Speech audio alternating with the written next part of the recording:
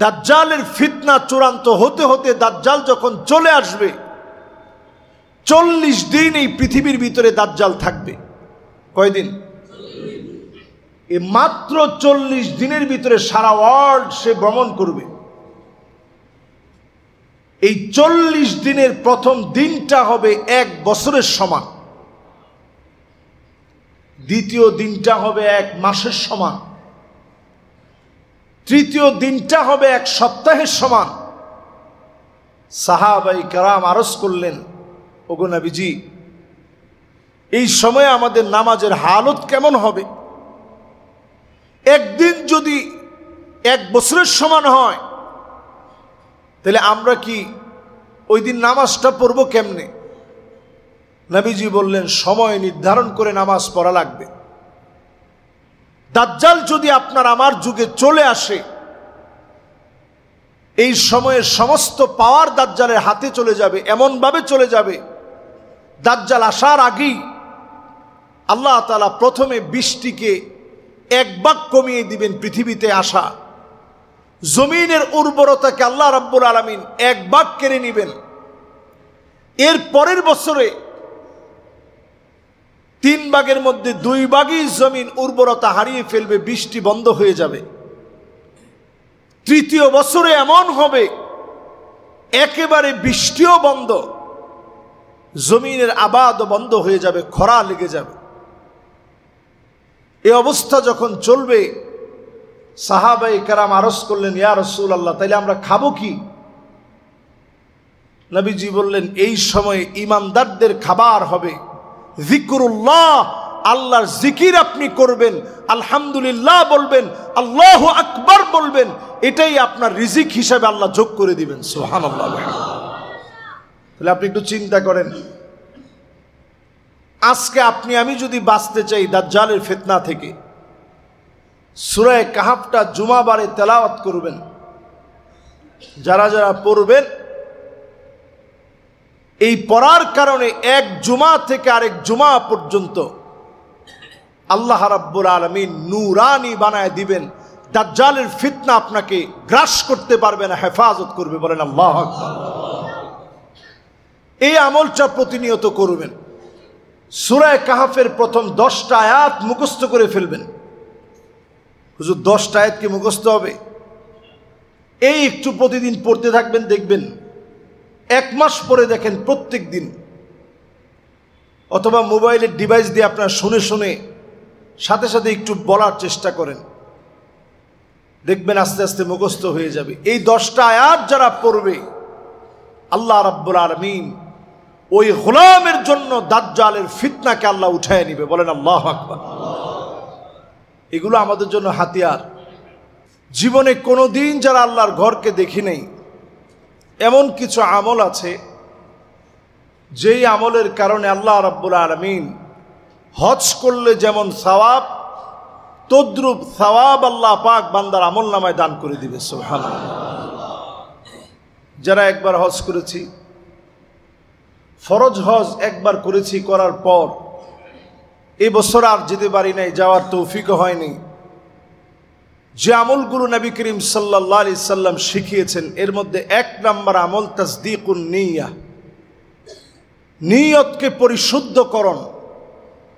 যারা আমরা এখানে বসা আছি, মন থেকে যদি আপনি চিন্তা করেন, আল্লাহ আমি যদি হজ করতে পারতাম, আপনি যদি তৌফিক দিতেন, আল্লাহ আমি হজ করতাম, আমার হজ করতে মনে চায়, এই নিয়ত যদি আপনার ভিতরে থাকে, আল্লাহ রাব্বুল আলামিন হজ করলে যেমন সওয়াব হবে, সম পরিমাণ সওয়াব বান্দার আমল নামে আল্লাহ দিয়ে দিবে। সুবহানাল্লাহ।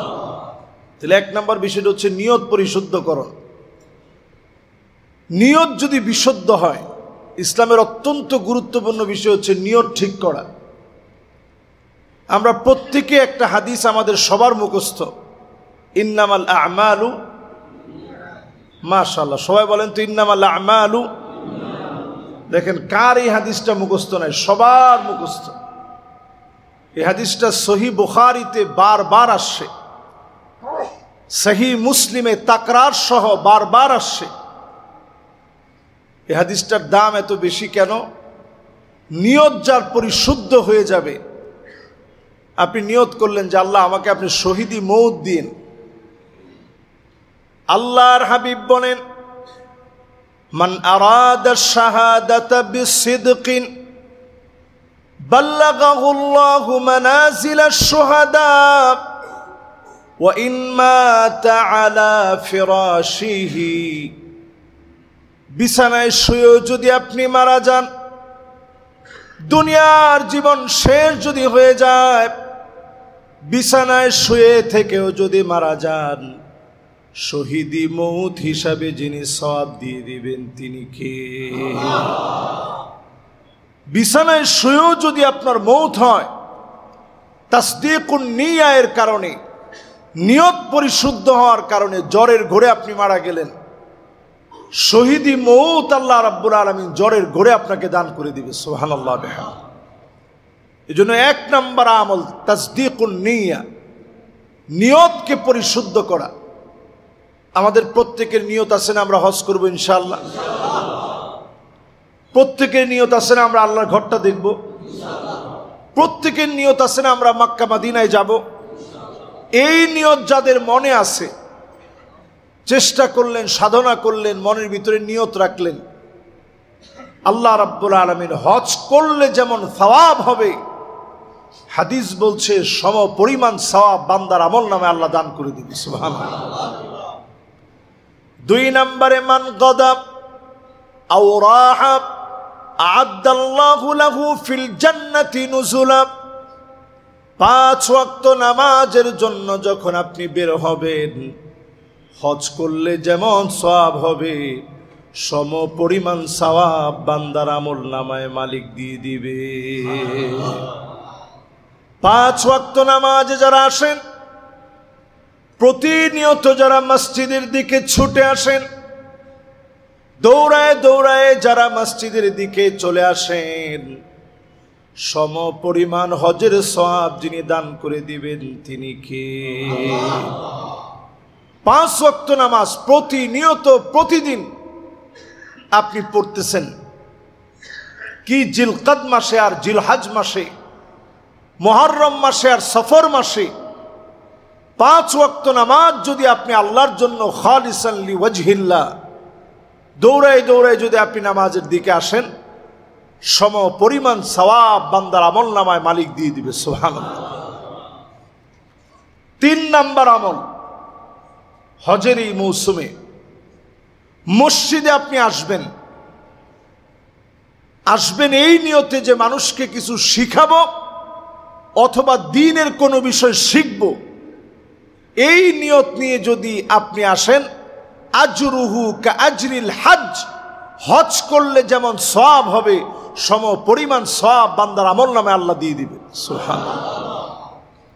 আমাদের এই মসজিদে আমি আলহামদুলিল্লাহ যতটুকুন আসার সুযোগ হয়, এখানে তালিম হয়, তালিমের মধ্যে আপনি বসলেন, জিকির হয়, জিকিরের মধ্যে আপনি বসলেন। আমাদের সম্মানিত ইমাম সাহেব সলাতুল মাগরিবের পূর্বে 2-1টা মাসআলা বলেন। এই মাসআলাগুলো শেখার জন্য আপনি একটু আসলেন, কান পেতে আপনি শুনলেন, মাসআলাটা কি বলছে এটা অন্তত আপনি শেখার চেষ্টা করলেন। সওয়াব কেমন? হজ করলে যেমন সওয়াব, সম পরিমাণ সওয়াব আপনার আমল নামে আল্লাহ দিয়ে দিবে। সুবহানাল্লাহ। শুধু এখানেই শেষ না, অনেক মাসআলা আপনি জানেন, জানার পরেও হয়তো হুজুর বলছে, এমন অনেক মাসআলা আপনি শুনলেন যেটা জীবনে আর কোনোদিন শুনেন নেই, আজকে আপনি প্রথম শুনছেন। এই মাসআলাটা আপনি শুনে আপনি বাসায় গিয়ে বললেন, সওয়াব কেমন? নবী আলাইহিস সালাম বলছেন, সওয়াব এত বেশি, খায়রুন লাকা মিন আন তুসাল্লিয়া আলফু রাকআহ, 1000 রাকাত নামাজ পড়লে যেমন সওয়াব হবে, এর চাইতে বেশি সওয়াব বান্দার আমল নামে আল্লাহ দিয়ে দিবে। সুবহানাল্লাহ। এই জন্য মসজিদে যখনই আমরা আসব, আমরা কিছু শিখার নিয়তে আসব। একটা তাসবিহ হোক মসজিদ থেকে নতুন করে শিখে বের হব, ইমামের সাথে আমরা সম্পর্ক করব, মুয়াজ্জিনের সাথে আমরা সম্পর্ক করব, খাদেমের সাথে আমরা সম্পর্ক করব। লাভ কি? নতুন একটা বিষয় যদি আপনি জানতে পারেন, হজ করলে যেমন সওয়াব হবে, এই মসজিদে আসার পথে জানার চেষ্টা করলেন, হাদিসটি হাসানুন সহিহ, নির্ভরযোগ্য হাদিস। মসজিদে প্রবেশ করলেন কিছু জানার উদ্দেশ্যে। সাহাবাই কেরামের মার্কাজ ছিল মসজিদ। মসজিদ হচ্ছে মানবতার প্রাণ কেন্দ্র। এইখান থেকে এসে কিছু না কিছু শিখেন। একটু চেষ্টা করেন, চিন্তা ফিকির করেন, মসজিদে এসে দু একটা বিষয় যদি এখান থেকে নিয়ে যেতে পারেন, হজের সমান সওয়াব আল্লাহ রাব্বুল আলামিন বান্দার আমলনামায় দিয়ে দিবে। সুবহানাল্লাহ। 4 নম্বরে ফজরের নামাজে যারা আসবেন, সূর্য ওঠা পর্যন্ত অপেক্ষা করলেন, যায় নামাজে বসে বসে জিকির আজকার করলেন। সূর্য ওঠার পরে 2 রাকাত নামাজ আল্লাহর যে গোলাম পড়বে, কানা লাহু কাজরি হাজ্জাতিন ওয়া উমরাতিন তাম্মাতান তাম্মাতান তাম্মা, হজ উমরা পরিপূর্ণভাবে করলে যেই পরিমাণ সওয়াব হবে, নবীজি 3 বার বললেন, সম পরিমাণ সওয়াব যিনি বান্দার আমলনামায় দিয়ে দিবেন তিনি কে? মাত্র 2 রাকাত নামাজ সূর্য ওঠার পরে আপনি পড়লেন। খুব বেশি সময় তো লাগে না, 15 মিনিট সময়। নামাজ এখন শেষ হইতে হইতে 45-এ দাঁড়ায়। আমাদের মসজিদে কয়টা? 45-এ নামাজ দাঁড়ায়। 45 থেকে নিয়ে 15 মিনিট হলে নামাজ পড়তে 15-20 মিনিট সময় লাগে। ধরেন 5টা 5-10 বেজে গেল, একটু জিকির আজকার করলেন, আপনি দেখবেন এই তো 5:30টার দিকে চাইলেই আপনি একটু মসজিদে বসে 5:30টার দিকে চাইলেই আপনি 2 রাকাত নামাজ পড়ে বাড়ি যাবেন। পূর্ণাঙ্গ হজ আর উমরা করলে যেমন সওয়াব হতো, সম পরিমাণ সওয়াব বান্দার আমলনামায় আল্লাহ দিয়ে দিবে। সুবহানাল্লাহ। তাহলে বলেন তো দেখি, 1 নাম্বার আমলটা কি জানি বলছিলাম? নিয়তকে পরিশুদ্ধ করা। 2 নাম্বার আমল নামাজের দিকে আসা। 3 নাম্বার আমল মসজিদে যখন আসবেন কিছু না কিছু হয় শিখাবেন, নাইলে শিখবেন। 4 নাম্বার আমল ফজরের নামাজ যখন আপনি পড়তে আসছেন, নামাজ পড়ার পরে সূর্য ওঠা পর্যন্ত একটু অপেক্ষা করবেন, যায় নামাজে বসে বসে একটু জিকির আজকার করবেন, মাসনুন দোয়াগুলো পড়বেন। নবী আলাইহিস সালাতু ওয়াস সালাম আল্লাহর কাছে কত বেশি ইস্তেগফার করতেন। যে নবীর জীবনে কোনো গুনাহ নাই, যিনি মাসুম ছিলেন। সমস্ত নবী আলাইহিস সালাতু ওয়াস সালামরা মাসুম, নবীরা নিষ্পাপ নিষ্কলুষ। এরপরও নবী আলাইহিস সালাতু ওয়াস সালাম আল্লাহর কাছে কি পরিমাণ কাঁদতেন। আল্লাহর কাছে দোয়ার ভাষা কেমন ছিল একটু চিন্তা করেন।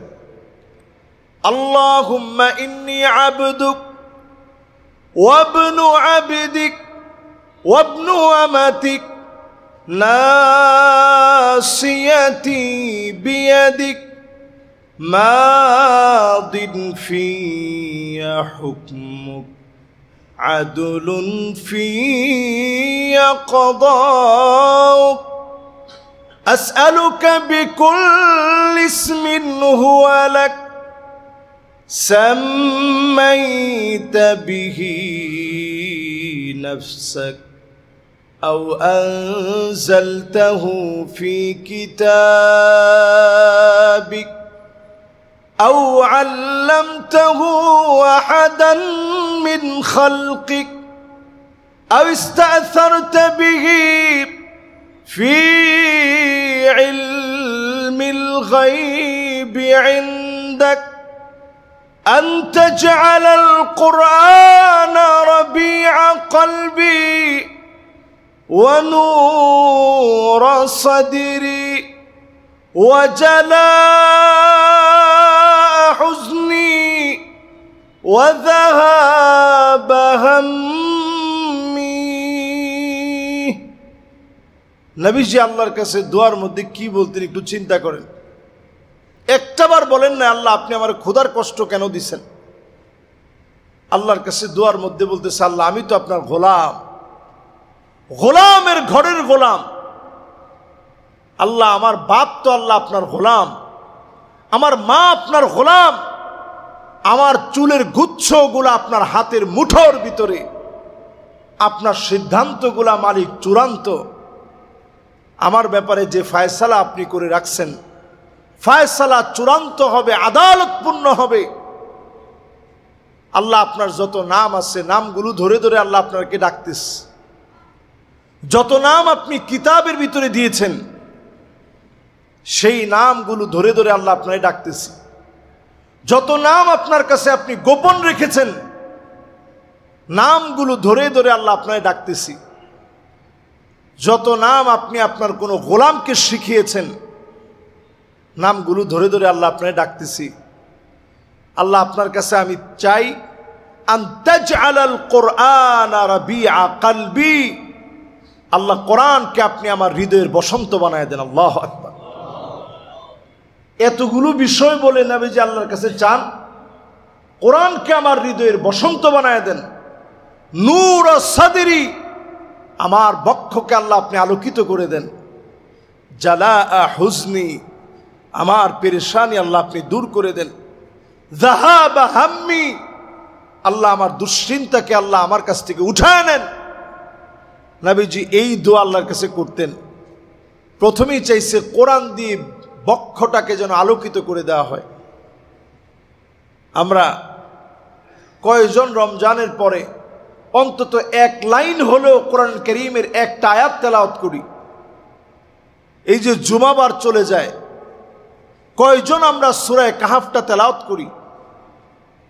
সময় আসবে এমন, দাজ্জালের ফিতনা চূড়ান্ত হতে হতে দাজ্জাল যখন চলে আসবে, 40 দিন এই পৃথিবীর ভিতরে দাজ্জাল থাকবে। কয়দিন? এই মাত্র 40 দিনের ভিতরে সারা ওয়ার্ল্ড সে ভ্রমণ করবে। এই 40 দিনের প্রথম দিনটা হবে 1 বছরের সমান, দ্বিতীয় দিনটা হবে 1 মাসের সমান, তৃতীয় দিনটা হবে 1 সপ্তাহের সমান। সাহাবায়ে কেরাম আরজ করলেন, ওগো নবীজি এই সময়ে আমাদের নামাজের হালত কেমন হবে?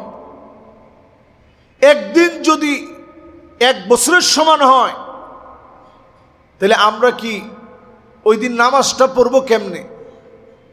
নবীজি বললেন সময় নির্ধারণ করে নামাজ পড়া লাগবে। দাজ্জাল যদি আপনার আমার যুগে চলে আসে, এই সময়ের সমস্ত পাওয়ার দাজ্জালের হাতে চলে যাবে, এমনভাবে চলে যাবে দাজ্জাল আসার আগেই আল্লাহ তাআলা প্রথমে বৃষ্টিকে 1 ভাগ কমিয়ে দিবেন। পৃথিবীতে আসা জমিনের উর্বরতাকে আল্লাহ রাব্বুল আলামিন 1 ভাগ কেড়ে নেবেন। এর পরের বছরে 3 ভাগের মধ্যে 2 ভাগই জমিন উর্বরতা হারিয়ে ফেলবে, বৃষ্টি বন্ধ হয়ে যাবে। তৃতীয় বছরে এমন হবে একেবারে বৃষ্টিও বন্ধ, জমিনের আবাদও বন্ধ হয়ে যাবে, খরা লেগে যাবে। এই অবস্থা যখন চলবে, সাহাবায়ে কেরাম আরজ করলেন, ইয়া রাসূলুল্লাহ তাইলে আমরা খাবো কি? নবীজি বললেন এই সময়ে ঈমানদারদের খাবার হবে যিকরুল্লাহ, আল্লাহর জিকির আপনি করবেন, আলহামদুলিল্লাহ বলবেন, আল্লাহু আকবার বলবেন, এটাই আপনার রিজিক হিসাবে আল্লাহ যোগ করে দিবেন। সুবহানাল্লাহ। তাহলে আপনি একটু চিন্তা করেন, আজকে আপনি আমি যদি বাঁচতে চাই দাজ্জালের ফিতনা থেকে, সূরা কাহাফটা জুমাবারে তেলাওয়াত করবেন। যারা যারা পড়বেন, এই পড়ার কারণে 1 জুমা থেকে আরেক জুমা পর্যন্ত আল্লাহ রাব্বুল আলামিন নূরানি বানায় দিবেন, দাজ্জালের ফিতনা আপনাকে গ্রাস করতে পারবে না, হেফাজত করবে। বলেন আল্লাহু আকবার। এই আমলটা প্রতিনিয়ত করবেন। সূরা কাহফের প্রথম 10টা আয়াত মুখস্থ করে ফেলবেন। হুজুর 10টা আয়াত কি মুখস্থ হবে? এই একটু প্রতিদিন পড়তে থাকবেন, দেখবেন 1 মাস পরে দেখেন প্রত্যেক দিন, অথবা মোবাইলের ডিভাইস দিয়ে আপনারা শুনে শুনে সাথে সাথে একটু বলার চেষ্টা করেন, দেখবেন আস্তে আস্তে মুখস্থ হয়ে যাবে। এই 10টা আয়াত যারা পড়বে, আল্লাহ রাব্বুল আলামিন ওই গোলামের জন্য দাজ্জালের ফিতনাকে আল্লাহ উঠায় নিবে। বলেন আল্লাহু আকবার। এগুলো আমাদের জন্য হাতিয়ার। বলছিলাম, এই মোবারক জিলকাদ মাসে যে আমলগুলোর মধ্য দিয়ে হজের সওয়াব পাওয়া যায়, যারা আমরা হাজ্জে যেতে পারি নাই, বাইতুল্লাহ যাওয়ার সুযোগ হয় নাই, আল্লাহ আমাদের সেই তৌফিক দেয় নাই, আমি যে এই অবস্থায় বাংলাদেশে বসে নবীজির শিখানো আমলগুলো যদি আমি করি, সে আমলের কারণে আল্লাহ তাআলা হজ্জের সওয়াব দিবেন। এর মধ্যে ৫ম নাম্বার আমল এটি, রমজান মাসে যারা উমরা করবে, আল্লাহ রাব্বুল আলামিন হজের সম পরিমাণ সওয়াব বান্দাকে দান করে দিবে। সুবহানাল্লাহ। এবার হজের সওয়াবটা কি, এটা বোঝার চেষ্টা করেন। হজ করলে সওয়াবটা কি? হজ করলে সওয়াব হচ্ছে রাজাআ কা ইয়াউমিন ওয়ালাদাতহু উম্মুহু। একটা লোক যদি নিরেট মন থেকে হজ করে ফিরে আসে, ছোট্ট একটা শিশু বাচ্চার যেমন কোনো গুনাহ থাকে না, আল্লাহর ওই গোলামকে শিশু বাচ্চার মতো করে আল্লাহ ফিরে আনেন।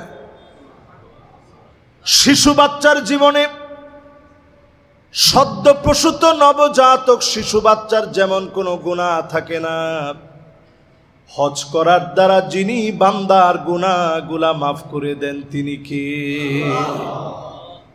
এই যে 5টা বিষয় বললাম, এবার 5টা বিষয় আপনি একটু মিলায় দেখেন, রেজাল্ট হবে আল্লাহু আতিয়াব ওয়া আকসার। আল্লাহ এর চাইতে বড়, এর চাইতে মহান ছোট ছোট আমলের বিনিময়ে যিনি বান্দাকে মাফ করে দিতে চান তিনি কে? আমরা কোনো আমলের বড়াই দিয়ে আল্লাহর সামনে থেকে পার পেতে পারবো না। যে আমি খতিব ছিলাম, আল্লাহ আমার আমলের কারণে আপনি আমারে মাফ করে দেন, এইরকম কোন সুযোগ আল্লাহর কাঠগড়ায় থাকবে না। আল্লাহর কাঠগড়ায় সবাই অসহায় হয়ে দাঁড়াবে। পুল সিরাতটা পার হতে গিয়ে কত মানুষের হাত কেটে পড়ে যাবে, পা কেটে পড়ে যাবে। দুর্বিষহ পরিস্থিতির ভিতরে 3 ভাবে পুল সিরাতটা মানুষ পার হবে। সিনফান মুসাতান, পায়ে হেঁটে হেঁটে পুল সিরাতটা পার হবে। কত লোকের হাত কেটে পড়ে যাবে, পা কেটে পড়ে যাবে, খণ্ড বিখণ্ড হয়ে যাবে। নিচে থাকবে জাহান্নাম, দাউ দাউ করে জ্বলন্ত জাহান্নামের আগুনে জ্বলবে।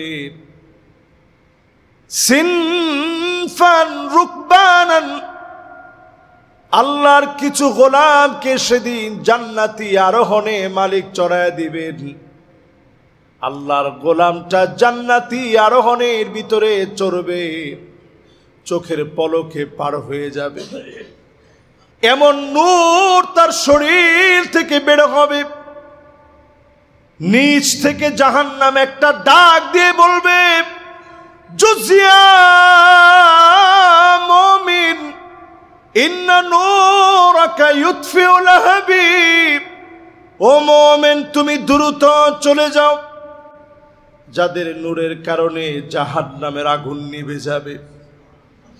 দাও দাও করা জ্বলা, দিনের পর দিন জ্বলতে থাকা জাহান্নাম, হাজার হাজার বছর ধরে, লাখ লাখ বছর ধরে জ্বলন্ত জাহান্নাম, আগুনগুলো যখন নিভে যেতে থাকবে, জাহান্নাম ডাক দিয়ে বলবে, তাড়াতাড়ি চলে যাও, তোমার কারণে জাহান্নামের আগুন নিভে যাচ্ছে।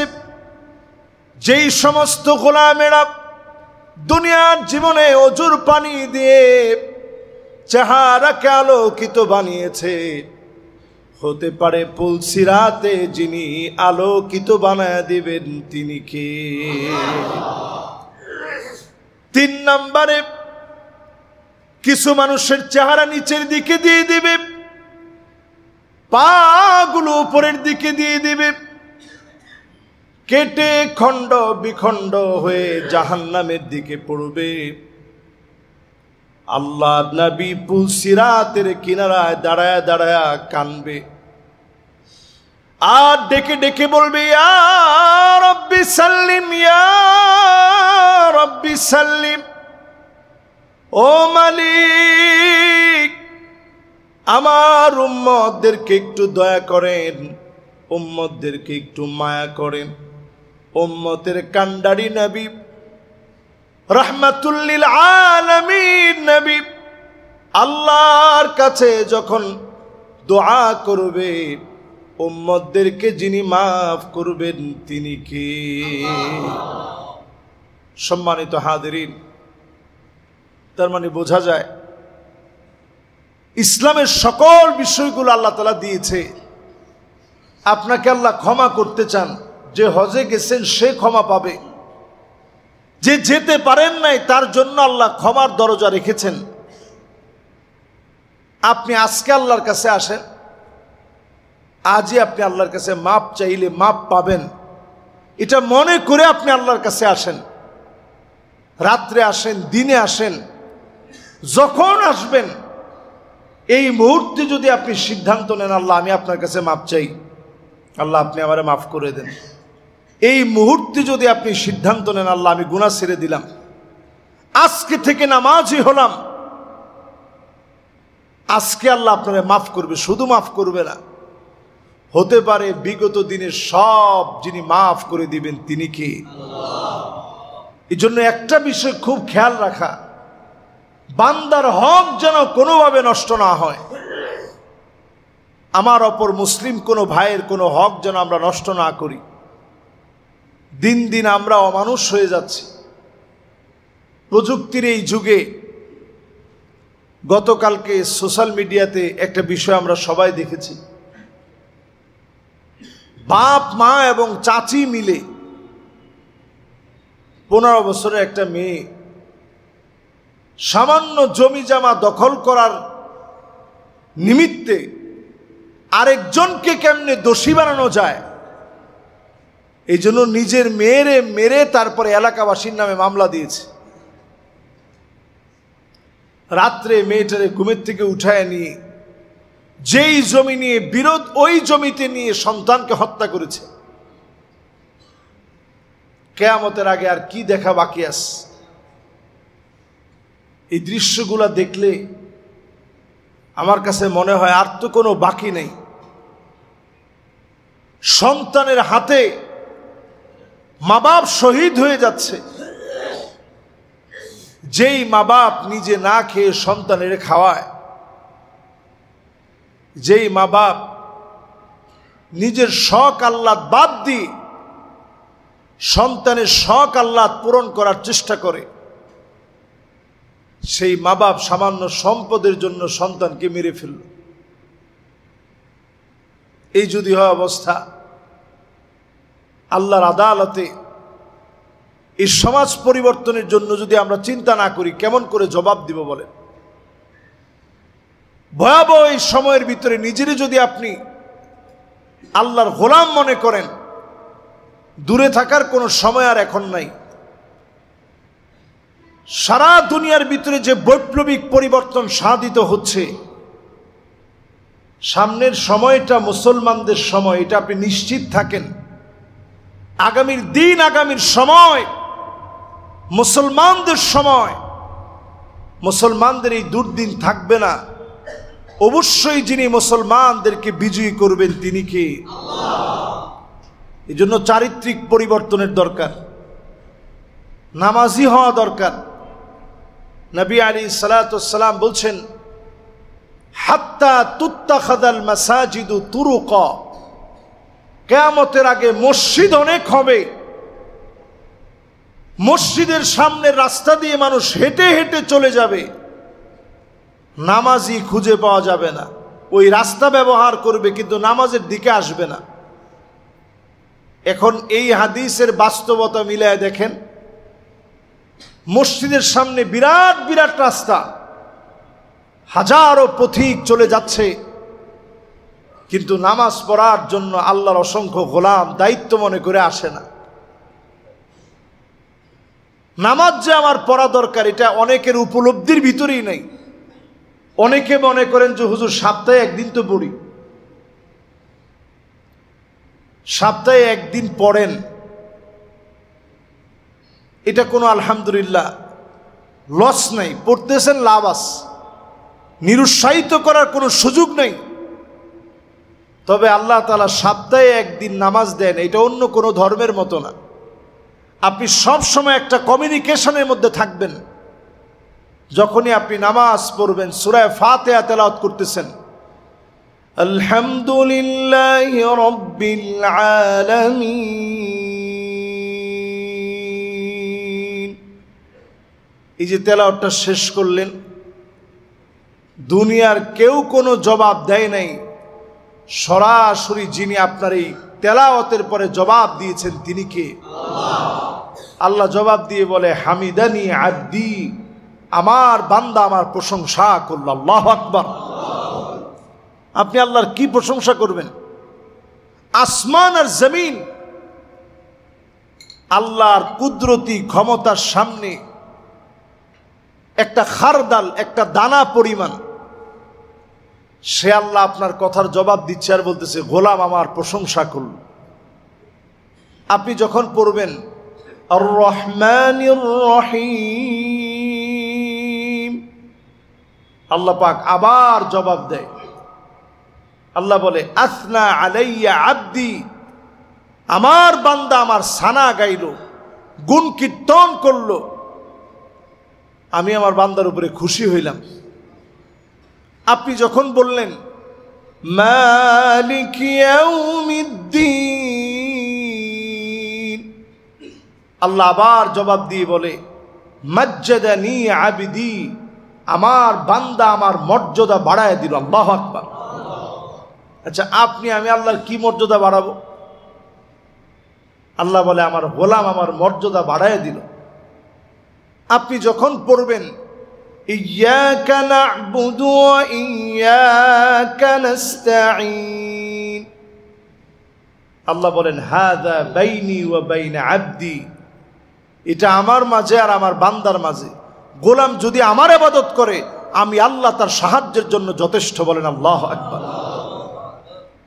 আপনি যখন বলবেন ইহদিনাস সিরাতাল মুস্তাকিম, সিরাতাল লাযীনা আন'আমতা আলাইহিম গায়রিল মাগদুবি আলাইহিম ওয়ালাদ-দাল্লিন,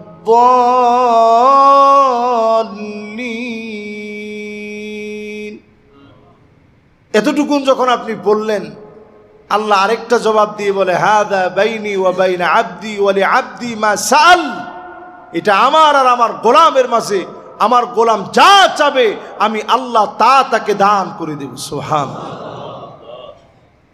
এজন্য আমরা নামাজের দিকে আসি। হজ্জের এই মৌসুমে নামাজকে সঙ্গী বানায় নি। 5 ওয়াক্তেতে আসবেন, হজের সওয়াব হবে। মসজিদে ঢুকবেন, শিখার নিয়ত করবেন, হজের সওয়াব হবে। ফজরের নামাজে আসবেন, সূর্য ওঠা পর্যন্ত বসবেন, জিকির আজকার করবেন, 2 রাকাত নামাজ পড়ে বাড়ি ফিরবেন। হজ এবং উমরার সম পরিমাণ সওয়াব বান্দার আমলনামে আল্লাহ দিয়ে দিবেন। নিয়তকে পরিশুদ্ধ করবেন, হজের সমান সওয়াব হবে। শুধু তাই নয়, আপনি আমি যাদের তৌফিকে কুলায় একবার ফরজ হজ করছি, রমজান মাসে পারতপক্ষে যদি তৌফিক হয় উমরা করতে যাবেন। প্রচুর পরিমাণ আল্লাহর গোলাম রমজান মাসে যায়, যাওয়ার চেষ্টা করবেন। আল্লাহ তাআলা আমাদেরকে তৌফিক দান করুক, পড়ে না আমিন। একটি বিষয় আপনাদের সবার আগ্রহ, আসলে আমাদের মসজিদের যে জায়গা, আপনারা গত সপ্তাহে মসজিদের ডাকে সাড়া দিয়ে মানববন্ধন করেছিলেন। আলহামদুলিল্লাহ, আমি অত্যন্ত কৃতজ্ঞ যে আপনারা সেখানে সময় দিয়েছেন। তপ্ত রোদের ভিতরে দাঁড়িয়ে ক্ষুধা পেটে আপনারা মানববন্ধনে দাঁড়িয়েছেন, মসজিদের সহযোগী হয়েছেন। মসজিদের জন্য আপনারা কষ্টকে উপেক্ষা করে সেখানে দাঁড়িয়ে দাঁড়িয়ে আপনারা কথাগুলো শুনেছেন, দাবি আদায়ের লক্ষ্যে সেখানে দাঁড়িয়ে থেকে যা যা করা প্রয়োজন আপনারা করছেন। আমরা রাজুকের সম্মানিত চেয়ারম্যান রিয়াজুল ইসলাম রিজু সাহেবের কথা মতো সোমবারে ওনার অফিসে দেখা করতে যাই। আমাদের মসজিদের 7 সদস্যের টিম, যারা দায়িত্বশীল আছেন, সবাই মিলে আমরা সেখানে গিয়ে ওনার সঙ্গে কথা বলি সরাসরি। উনি সেইখানে পরিষ্কার ভাষায় বলেন যে মোট এখানে জমি ছিল, যেই জমি নিয়ে আমাদের বিতর্ক, 130% জমির ভিতরে 90% জমি রাজুক এটাকে অ্যাকোয়ার করে নিয়েছে।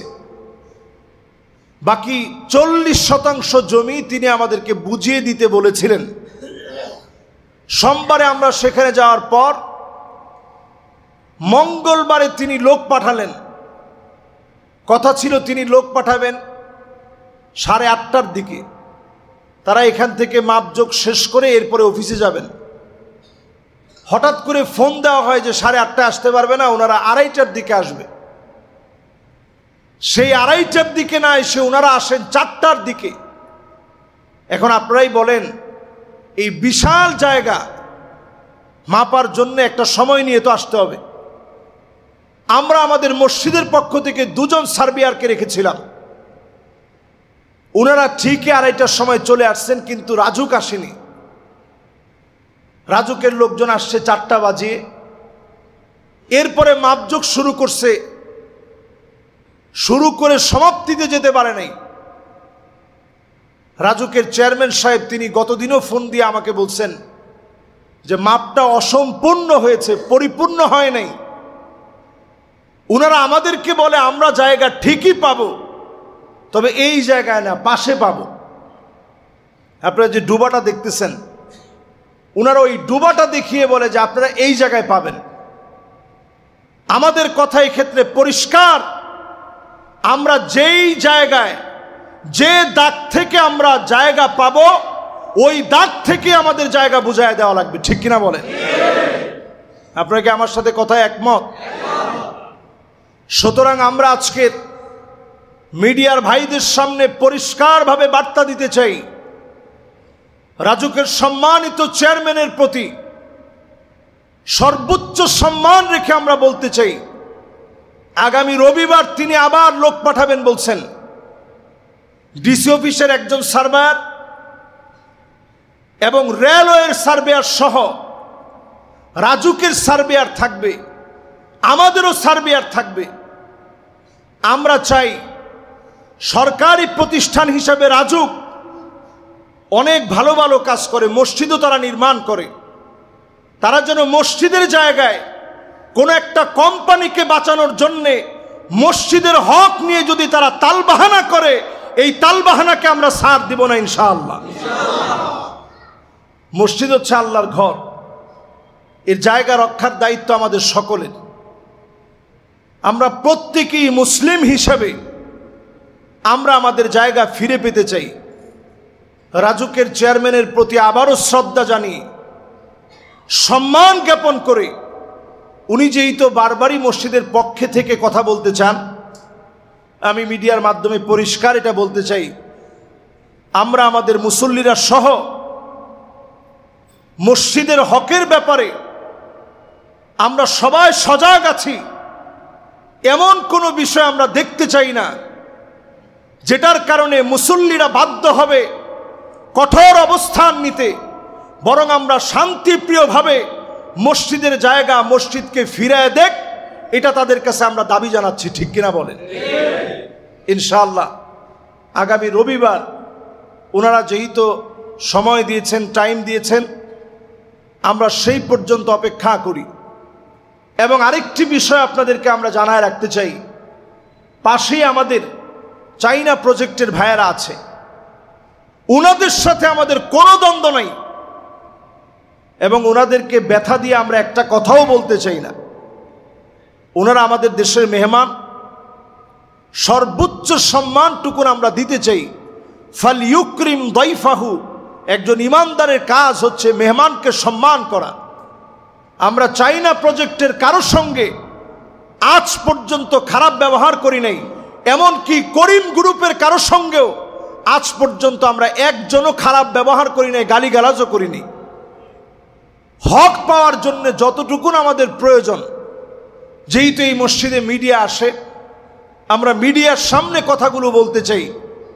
এই জায়গা আমাদের, খাজনা আমরা দেই এবং একোয়ার হওয়ার পরে টাকা আমরা পেয়েছি। এমনকি এই মসজিদের জায়গা 2008 সনে একোয়ার হওয়ার পরে ডিসি অফিস থেকে পরিষ্কার আমাদের দাগটা নির্দিষ্ট করে দিয়েছে 4205 এবং 4207। আমরা যেটুকুন জায়গা পাবো সেটুকুন জায়গার পরিমাণ 24 কাঠা। ওই দিনও রাজুকের চেয়ারম্যান একই কথা বলছেন এবং তিনি বলছেন এই জায়গা মসজিদকে বুঝাইয়া দিবা। কিন্তু যারা মাপজোক করতে আসছে ওনাদের কাছে ডিজিটাল কোনো স্কেল ছিল না, ওনারা ফিতা নিয়ে আসছেন এবং ওনারা বলছেন যে আমরা রাজুকের জায়গা বুঝে নিতে আসছি, তাহলে আমাদের জায়গা বুঝাই দিবে কে? এজন্য আমরা পরিষ্কারভাবে আজকে একটা কথাই বলি, আমরা প্রত্যেকে দোয়া করতে থাকি, সামর্থ্য অনুযায়ী যার যার যতটুকুন তৌফিক আছে আমরা মসজিদের জন্য চেষ্টা করি, চিন্তা করি।